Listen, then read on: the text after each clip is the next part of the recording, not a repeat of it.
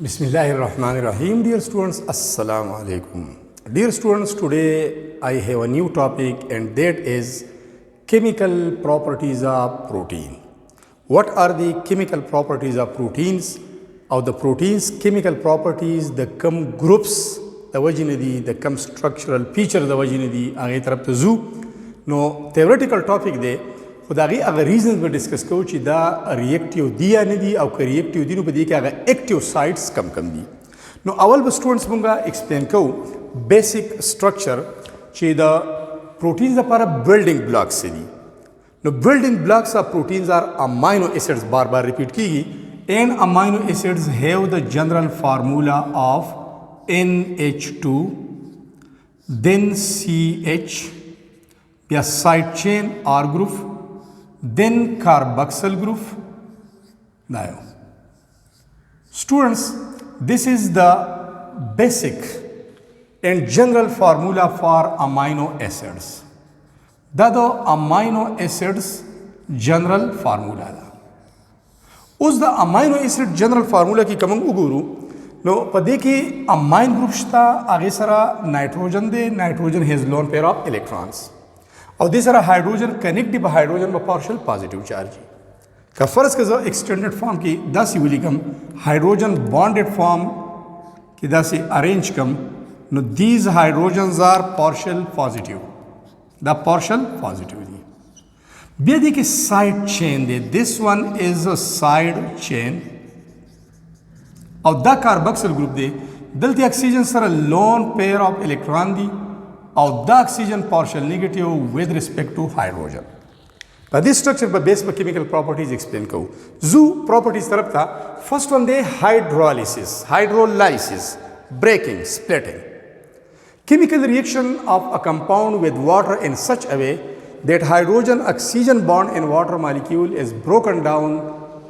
are called hydrolytic reactions. And this process is called hydrolysis. चिकला hydra की lysis वशी water की lysis वशी breaking वशी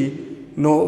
by means of anion या by means of cation this is hydrolytic reaction मतलब simple breaking दे no proteins hydrolyze कीगी the hydrolysis द पारा agents पकार दी chemicals पकार दी आगे ता hydrolytic agents हुई hydrolytic agents होता हुई no simply proteins are hydrolyzed by hydrolytic agents hydrolysis बसन कीगी हाइड्रोलिटिक एजेंट्स मंग सारा या एसिड्स दी या बेसिस दी और या एंजाइम्स दी प्रोटीन्स का मंग वालू in the presence of acid या बेसिस या एंजाइम्स द ब्रेकडाउन की फर्स्ट वंस यूनिट्स था प्रोटियोसिस होता वही then to peptones and then to polypeptides then to simple peptides and at the end these are broken down into their basic constituent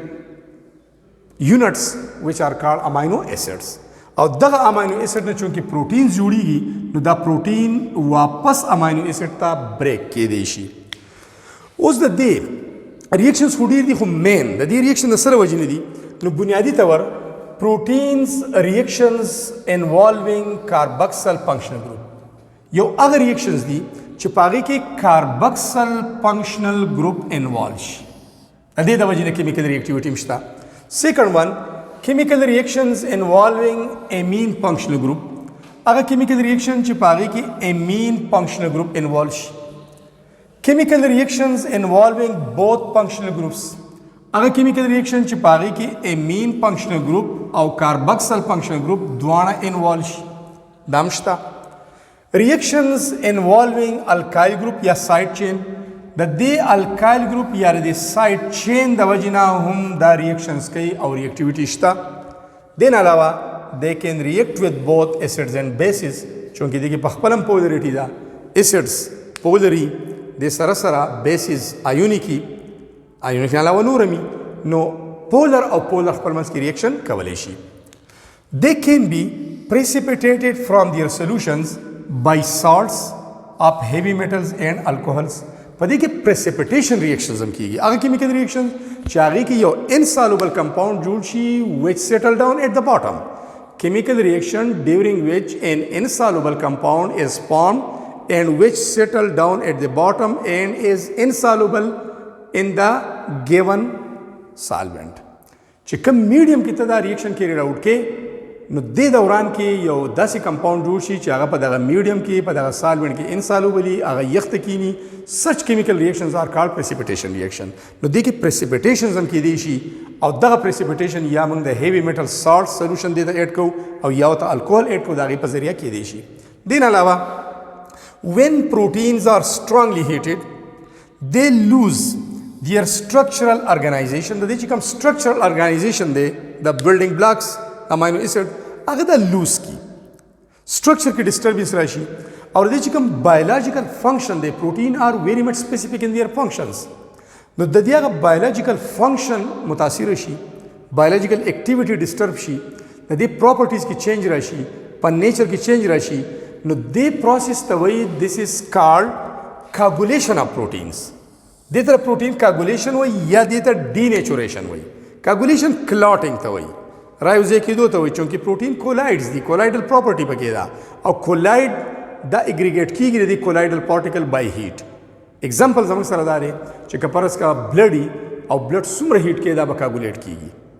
دا کولایډز دي دین علاوه او پروټینز هم دي پروټین نیچر دا چې دا هیټ کې دا به کاګولیټ کېږي نو دې وجې نه د وینې داغ به په ګرم اوبو نه انځئ دا کلکېږي په یخو اوبو به انځئ بل انډه ایګ که تاسو څومره هیټ کوئ نو دا کلکېږي دا کاګولیټ کېږي ځکه چې کولایډل پارټیکل اګریګیټ کېږي او دا کاګولیټ کېږي دې ته کاګولیشن وایي خو سټرکچرل ارګنایزیشن باندې دې لاس کېږي بای سټرانګ هیټ دغه ته کاګولیشن هم وایي او دې ته ډینیچوریشن اف پروټینز هم وایي تھینکس ا لاٹ فار واچنګ د ویډیو ټیک ا اسکرین شاٹ اف اٹ